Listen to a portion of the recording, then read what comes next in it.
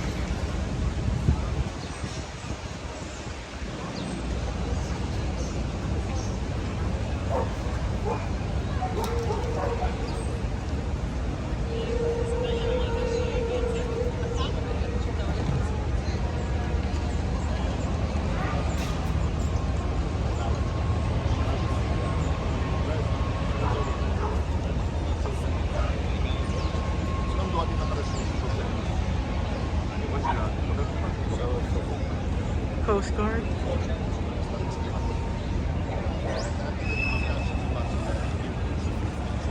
Korean. What is that one? US Army.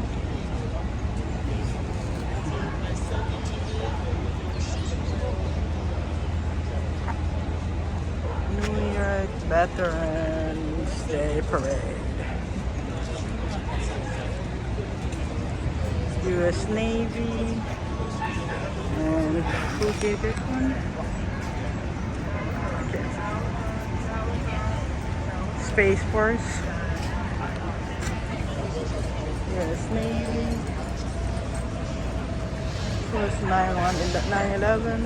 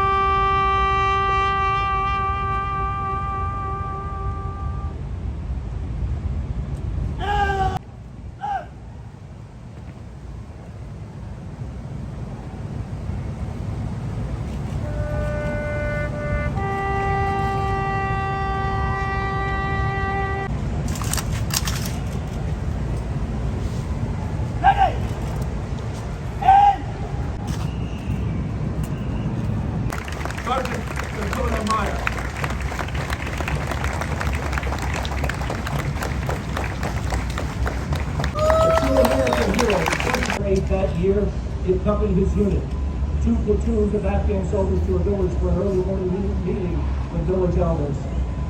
He stood security outside as others went in. The meeting was a trap.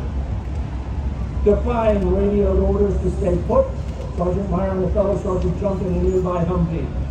Sergeant Meyer took the gunner position. Together, the pair evacuated 24 Afghan soldiers. On their fifth charge into the fight, a Black Hawk helicopter backup arrived. In radio contact, while providing air support, the chopper crew reported spotting 4 Marine bodies. Sergeant Meyer rushed in to find them. During the Medal of Honor ceremony, President Obama told what come next, and I will quote him. Sergeant Meyer kept going until he came upon those 4 Americans, laying where they fell, together as one team. The coach.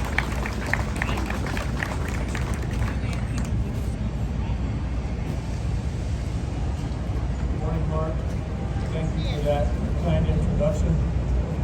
Ladies and gentlemen, distinguished guests, members of our military. We're done with, and happy birthday to our Marines and the Marine Corps.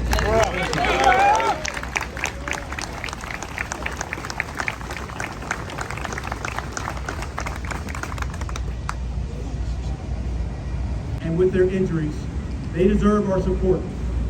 They deserve our encouragement. We commit as a nation today to ensuring that our veterans have the best support possible. It's an honor and a privilege to wear the uniform. And I can think of nothing better than Our Medal of Honor recipient, Dakota Meyer, who's Grand Marshal of this year's parade.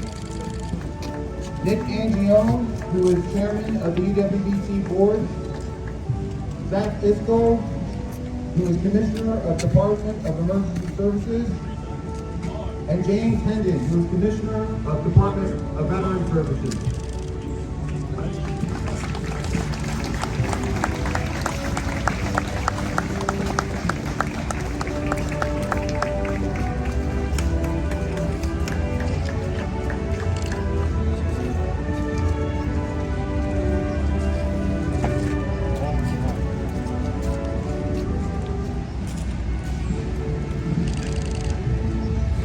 All right, at this point, I'm going to ask the relays to pull forward. Nick, just show them where to stop.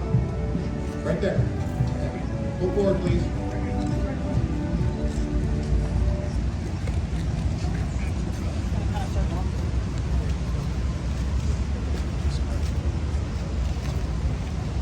Each year, the parade highlights a featured service branch. This year, it's the United States Marine Corps. We are honored to have one of their senior leaders here with us today who will update us on today's Marine Corps. Please join me in welcoming to the podium Lieutenant General Calvert L. Worth, Jr., Commanding General, 2nd Marine Expeditionary Force.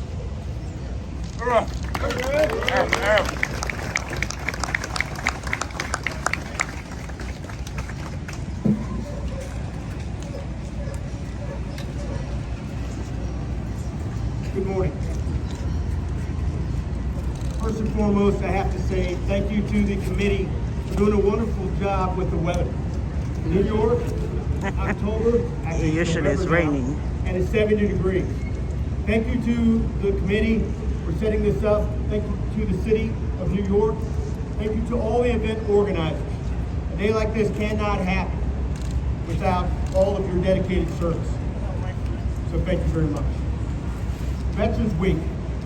It offers us an opportunity to honor the brave men and women who have donned a uniform on behalf of the nation.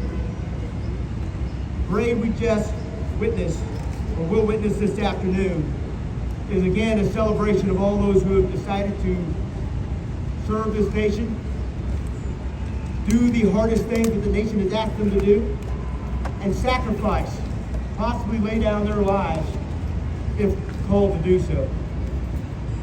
These men and women who have served in the past, these men and women who serve today, our veterans, represent the best of us. They are the best that America has to offer. What they do in uniform is commit themselves.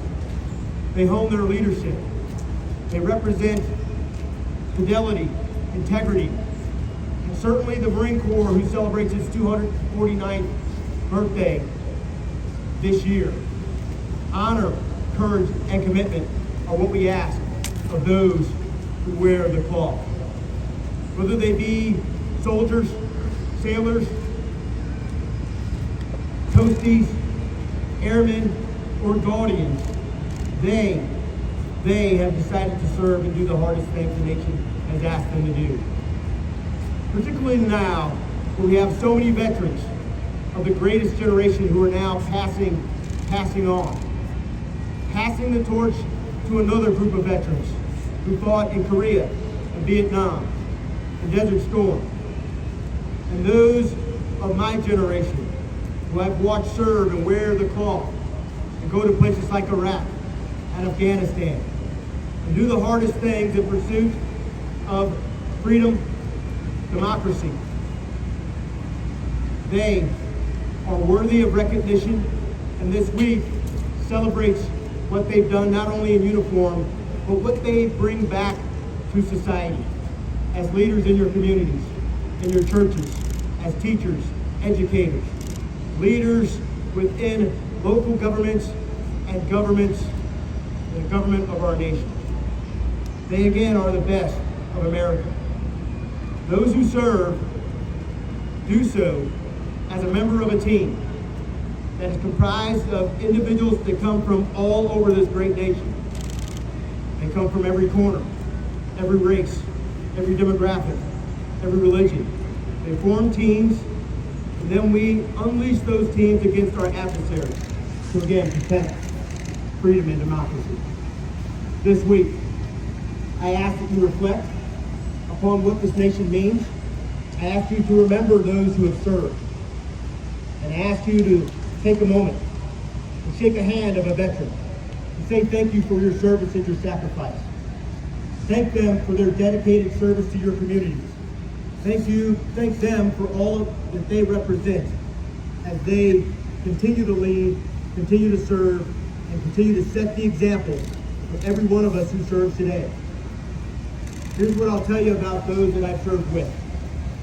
I've mentioned that they are the best that America has to offer. They too stand ready to face any challenge. They're ready to persevere in the cauldron of combat when necessary. And when they return to your communities and serve within society, they too will represent the best that the nation has to offer, the best of the nation. And you still don't fit.